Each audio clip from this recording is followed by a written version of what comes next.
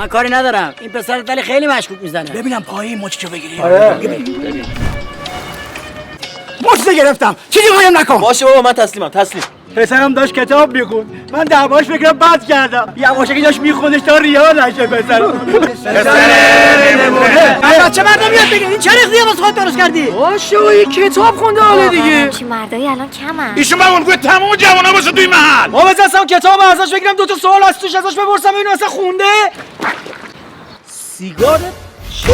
این چرا برچسب روش یه جلد دیگه بله ترک سیگار دوستان. چی؟ پسر شما سیگاری بوده میخواسته ترک کنه عمو فیزیک نبود. این بنده خدا نمیدونه الان خوشحال باشه از اینکه بچهش سیگار رو ترک کرده یا ناراحت باشه از اینکه سیگاری بوده از اول. بازم میگم همه پسرها سیگاری هن مگر اینکه خلافش ثابت بشه.